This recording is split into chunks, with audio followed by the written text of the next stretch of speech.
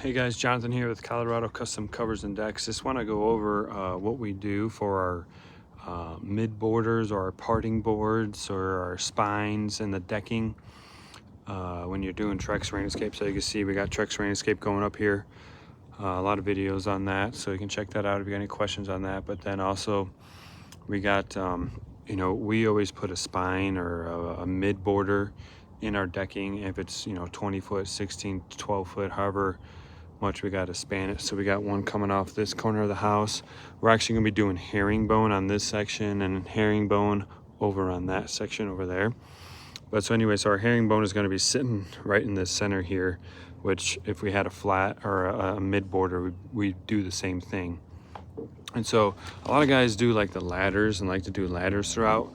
Even if we're not doing Trex Rain Escape, we don't do that. We like to do just a nice flat board in there. And the reason why we do that instead of the ladders is just that we don't feel like it takes a lot more time, and we just don't feel like they're as good as a flat board. And so when you're doing Trex Rain Escape and you're putting the flat down, what you're going to want to do is still caulk the ends here with the butyl caulk across there.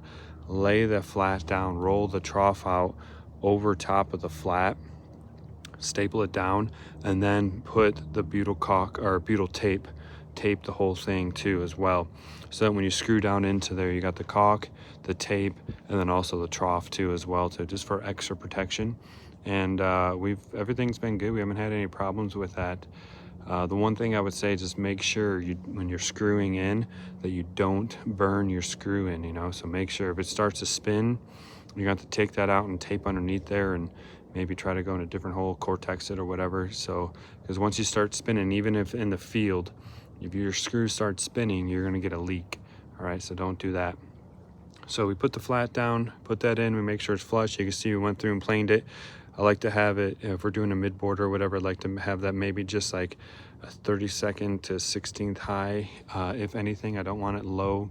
I want my borders a little bit higher so that when the boards come into it, it sits lower than our border going across.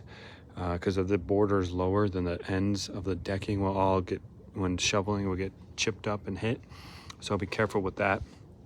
But here we just got a 2x10. We got 9 1/4 in between, fit in there perfect.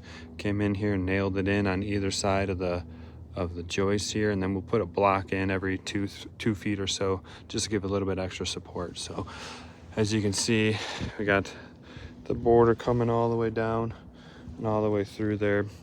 Like I said, we're gonna actually be doing a herringbone through here, and so this right here is going to be our flat where the herringbone meets each other and cuts back and forth. So it'd be the same thing if we had a mid border going on in there. So that's how we do that. Hopefully that helps you guys, and you guys can move forward with that. Alrighty, Colorado Custom Covers and Deck. Check out our Instagram, Colorado_covers_decks. Do a lot of everyday videos on our projects and what we're doing. Thanks guys.